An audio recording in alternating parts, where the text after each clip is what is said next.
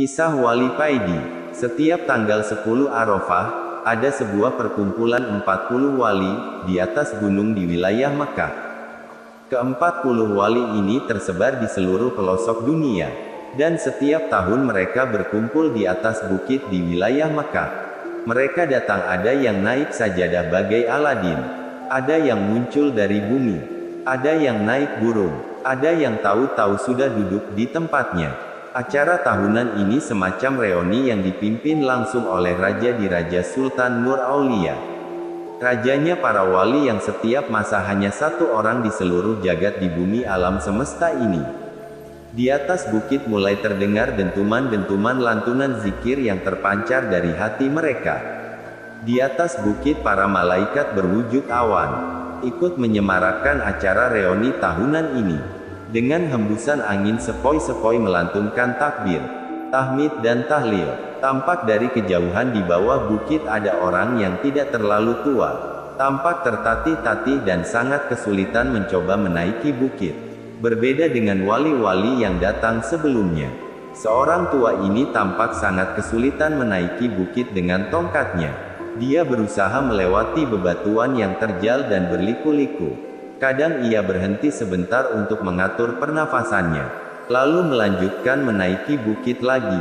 Setelah sampai di puncak, tampak jelaslah orang ini. Gemuruh nafasnya masih nampak tersengal-sengal kelelahan. Pakaiannya biasa jubah putih yang kecoklatan tampak sedikit kotor. Walaupun kelelahan tetap tersenyum. Dilihat dari wajahnya orang ini tidak meremehkan orang lain, tawaduk serta sopan. Para wali menghentikan aktivitasnya setelah melihat kedatangan orang tua ini. Suasana tiba-tiba hening. Satu persatu para wali menyalami orang ini dengan penuh hormat dan taksim. Ahlan wa sahlan ya Habibullah ya Sultan Nur Aulia, ucap mereka. Ternyata orang yang tampak biasa sekali ini adalah rajanya para wali. Keramatnya dan kesaktiannya seakan tidak ada sama sekali. Tolong panggilkan Paidi Wong Nusantara itu, suruh ke sini, ucap Sultanul Aulia di sela-sela kerumunan para wali. Muncullah seorang pemuda dengan jas layaknya tentara dan peci hitam. Muncullah seorang pemuda memakai jas layaknya tentara dan peci hitam yang agak tinggi.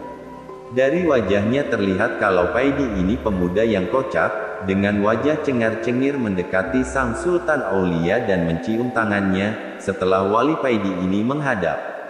Sang Sultan Aulia ini berkata kepadanya, "Paidi, sini aku minta rokoknya dan tolong sekalian masak air buatkan kopi."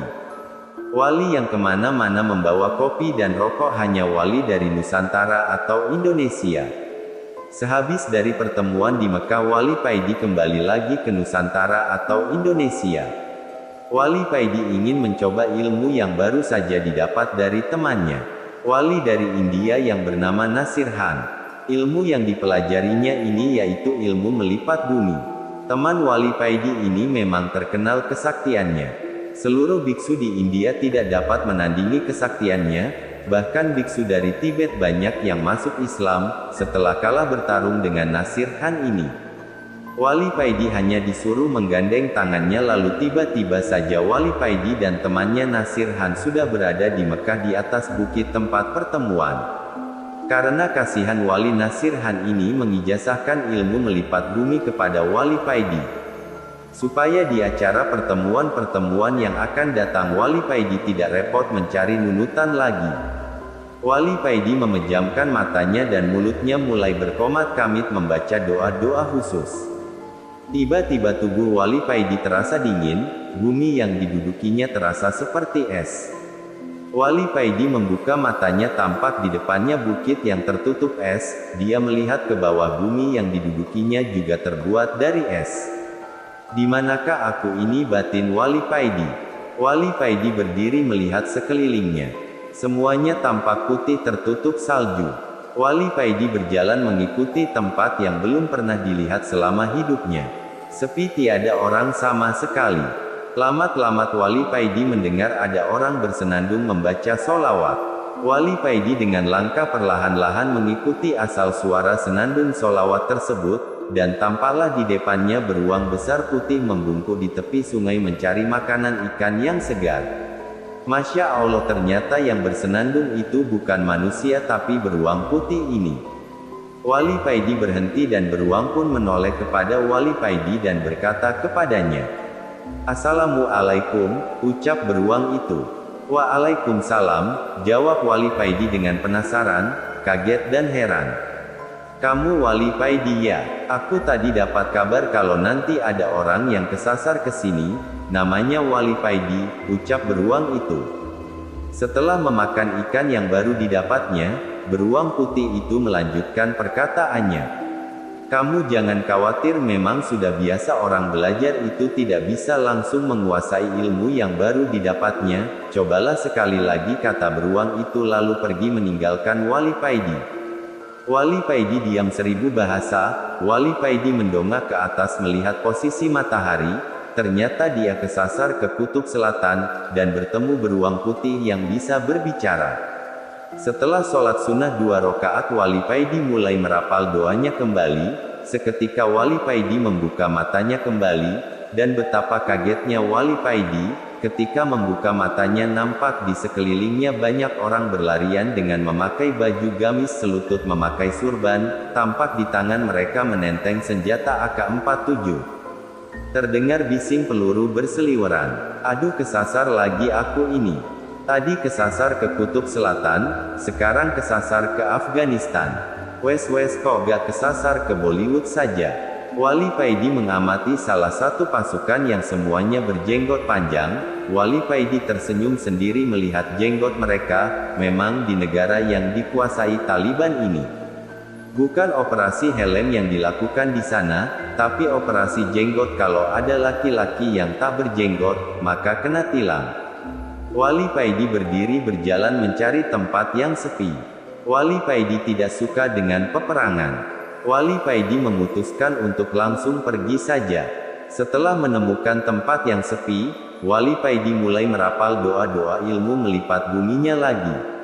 Angin sepoi-sepoi menerpa wajah Wali Paidi. Wali Paidi membatin mudah-mudahan tidak kesasar lagi.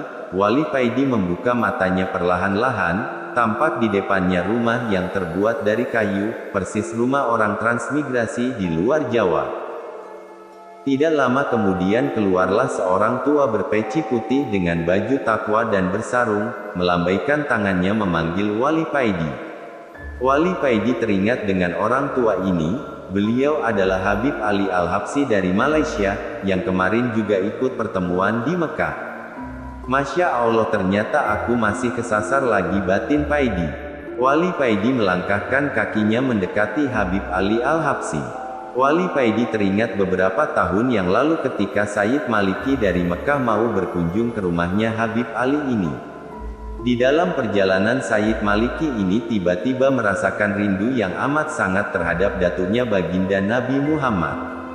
Setelah sampai di depan Habib Ali hanya menyuruh masuk Sayyid Maliki, sedang rombongan yang lain disuruh menunggu di luar. Beberapa menit kemudian Sayyid Maliki keluar dengan beruraikan air mata. Sayyid Maliki menangis terseduh-seduh. "Sudah terobati kangenku," ucap Sayyid Maliki dengan masih menangis. Ternyata ketika Sayyid Maliki masuk ke dalam, Sayyid Maliki dipertemukan dengan baginda Nabi Muhammad, wallahu alam. "Mari masuk nak, jangan melamun saja," ucap Habib Ali. "Inggih mbah," jawab Wali Paidi. Lalu Wali Paidi melangkah mendekati Habib Ali. Setelah mencium tangan beliau, Wali Paidi masuk ke dalam. "Kamu memang enggak bakat dengan ilmu melipat bumi itu nak Paidi.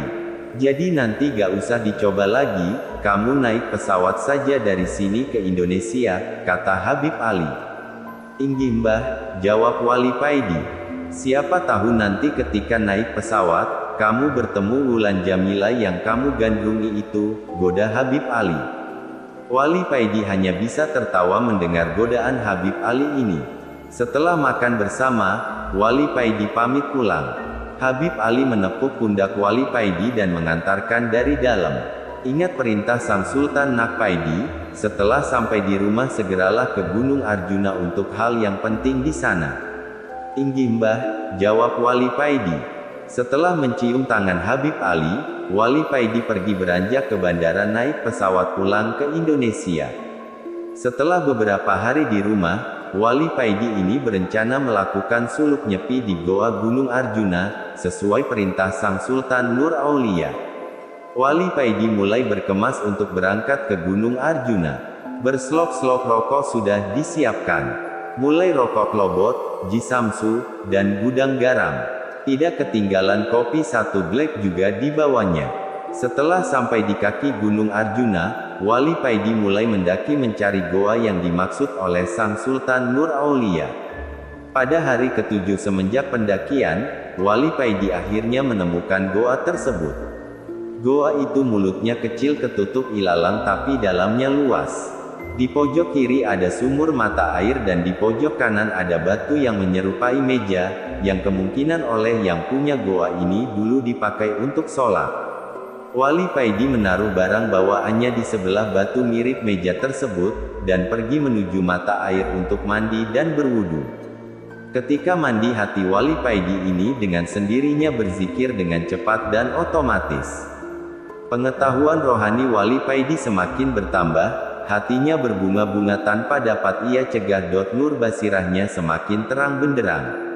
Setelah berwudu, Wali Paidi melakukan sholat di atas batu yang mirip meja itu.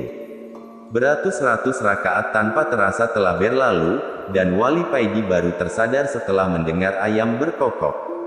Wali Paidi turun dari batu menuju tempat perbekalannya, untuk membuat kopi serta duduk santai sambil merokok. Panci sudah dikeluarkan, rokok klobot juga sudah disiapkan, tapi alangkah kagetnya Wali Paidi ini, ketika mencari korek tidak ada. Ia keluarkan semua isi tasnya, tapi tetap saja korek tidak ditemukan. Waduh ciloko iki, gumam Wali Paidi. Wali Paidi melihat kopi satu black yang aromanya begitu harum, dan berselop-selop rokok tergeletak di samping kopi. Wes, muspro KB iki. Kok bisa koreknya hilang, kata Wali Paidi. Wali Paidi mulai kesal. 1-2 hari dilalui Wali Paidi tanpa rokok dan kopi. Dan pada hari yang ketiga, Wali Paidi mulai tidak tahan, hatinya semeblak ketika melihat kopi dan rokok yang terkulai tak berguna.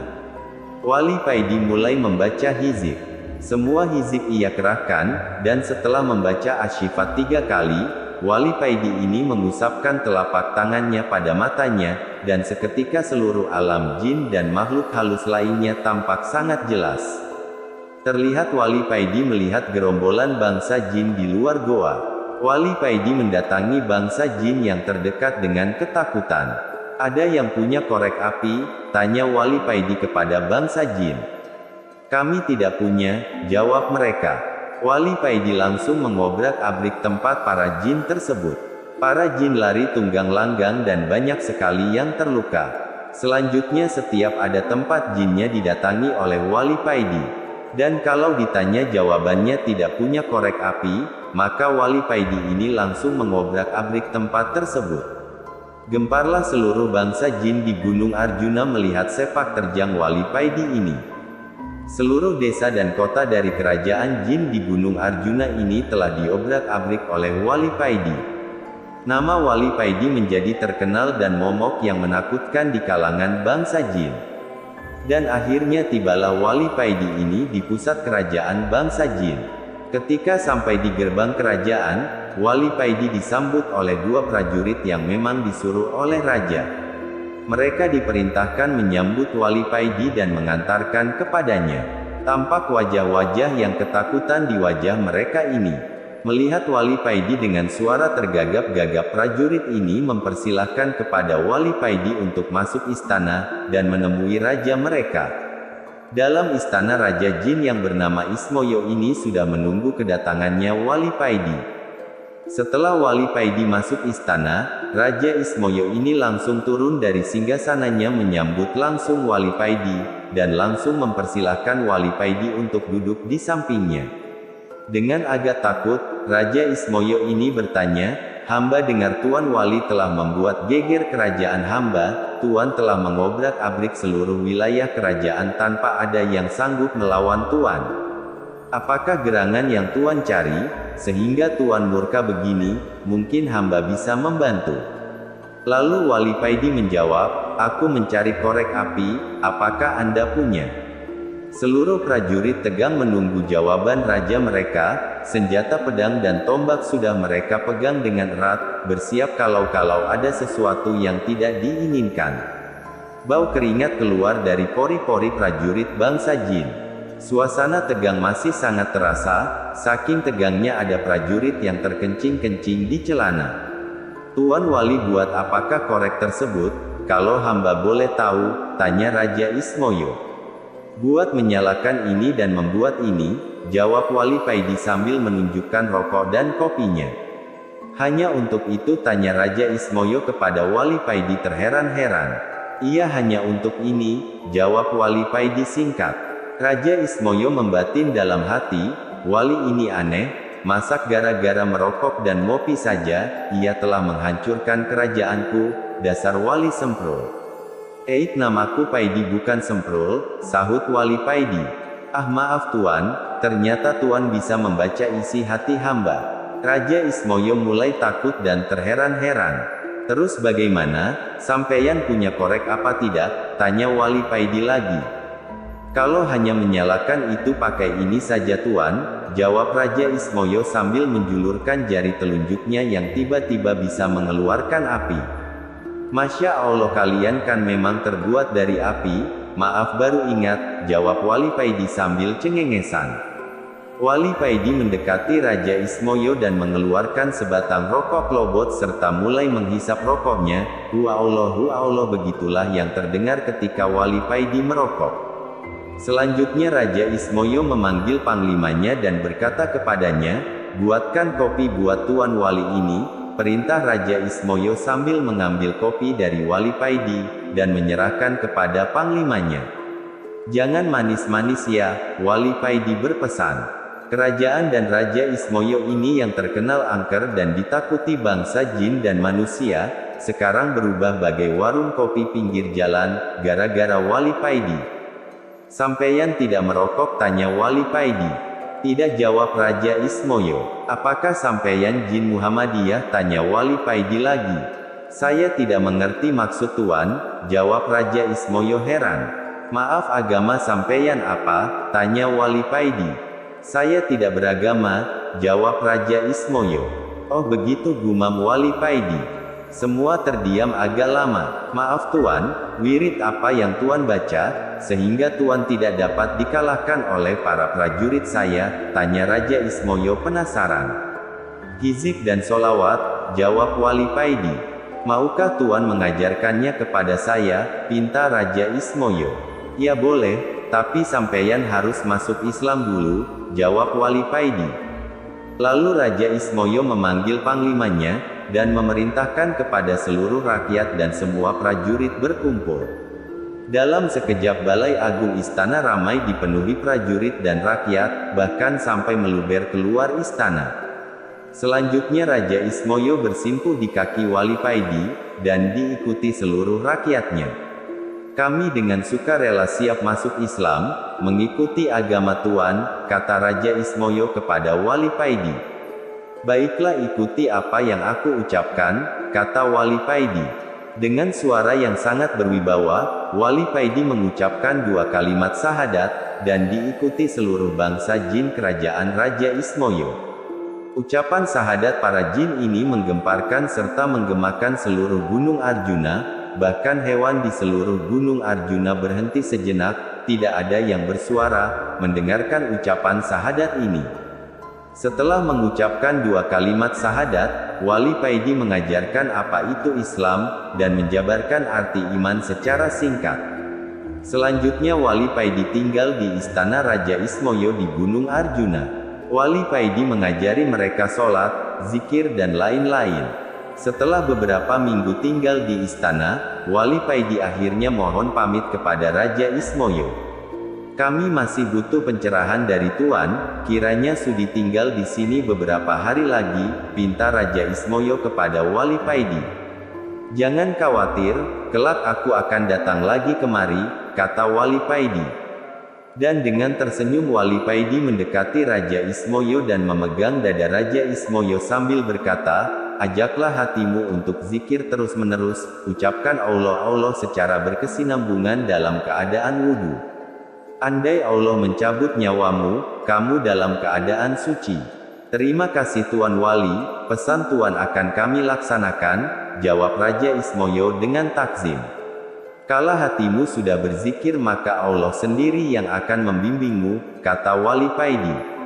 Apakah kami akan menjadi wali? Tanya Raja Ismoyo. Jangan sekali-kali punya niat ingin menjadi wali, karena keinginan itu termasuk nafsu. Berzikirlah karena Allah, jangan ada niatan yang lain, jelas Wali Paidi. Setelah menghisap rokoknya, Wali Paidi berkata lagi, Allah menjadikan manusia sebagai pemimpin di muka bumi ini, dan mengangkat para walinya dari kalangan manusia, jelas Wali Paidi lagi. Oh begitu, kalau Allah menghendaki begitu, kami sangat ridho dengan keputusan Allah tersebut, jawab Raja Ismoyo manggut-manggut. Kalau boleh tahu Tuan ini wali dari golongan apa, dan golongan yang bagaimana? Aku adalah wali pengganti, kalau istilah lain sebagai wali cadangan, wali tingkat rendah. Aku dulu hanya seorang abdi dari seorang kiai. Tugasku hanya menyiapkan rokok dan kopi. Setelah kiai saya meninggal, akulah yang dipilih Allah sebagai penggantinya, terang Wali Paidi. Apakah para wali itu jumlahnya dari dulu sampai sekarang sama, kata Raja Ismoyo dengan semangat. Iya, jumlahnya wali di seluruh dunia sama, dan setiap yang meninggal pasti ada penggantinya. Biarpun kamu tidak ada hak untuk menjadi wali, kamu harus tetap semangat, karena di mata Allah derajat seseorang itu dilihat dari ketakwaannya. Wali itu hanya gelar yang diberikan oleh Allah sebagai wakilnya di muka bumi, guna untuk mengatur dan menata manusia. Dan wali itu dipilih dari hamba yang dikehendakinya, bukan karena ibadahnya, bukan karena zikirnya, tapi karena kehendak Allah. Jadi salah besar kalau ada orang yang ingin ada bercita-cita menjadi wali, jawab Wali Paidi. Terima kasih Tuan, mudah-mudahan apa yang Tuan ajarkan kepada kami menjadi ilmu yang bermanfaat, ucap Raja Ismoyo. Akhirnya Wali Paidi pamit dan meninggalkan Gunung Arjuna, diiringi Raja Ismoyo dan seluruh rakyatnya. Setelah Wali Paidi tidak tampak, Raja Ismoyo dengan suara lantang berucap kepada rakyatnya. Rakyatku semuanya, nanti atau kapanpun kalau ada orang yang ke Gunung Arjuna ini berbekal rokok dan kopi, jangan sampai diganggu. Jagalah mereka, sampai mereka meninggalkan Gunung Arjuna ini, demi menghormati guru kita Wali Paidi. Titah Paduka akan kami laksanakan, jawab mereka serentak.